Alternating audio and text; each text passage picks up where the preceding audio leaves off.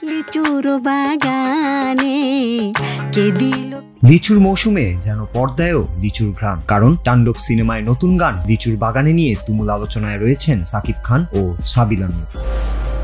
গানটি প্রকাশের পর থেকেই সোশ্যাল মিডিয়ায় শুরু হয়েছে এক প্রকার তাণ্ডব। গানটির দৃশ্যায়নে সাকিব খান তার নাচ ও এক্সপ্রেশনে যেন নিজেকে নতুন উচ্চতায় তুলে ধরেছেন, কিন্তু সব আলো যেন ছিনিয়ে নিয়েছেন সাবিলা নূর, কারণ এটাই তার বড় পর্দায় অভিষেক, তাও আবার দেশের অন্যতম শীর্ষ নায়কের সঙ্গে।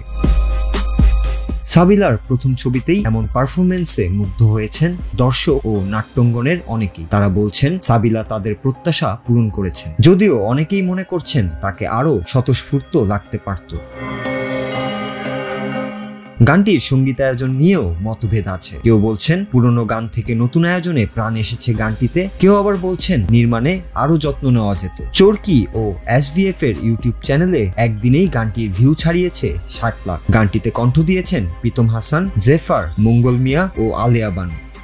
এটি মূলত বাংলার জনপ্রিয় ঘাটু গান কে দিল পীড়িতের বেড়া লিচুর বাগানে অবলম্বনে তৈরি।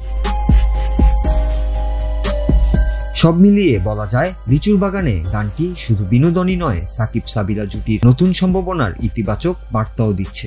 তাণ্ডব সিনেমাটি মুক্তি পাচ্ছে এবারের ঈদুল আজহায়। এতে আর অভিনয় করেছেন আফজাল হোসেন, জয়া হাসান ও SF নাইম। পরিচালনায় রয়েছেন Raihan Rafi. Nur Raju, Bangla TV news desk.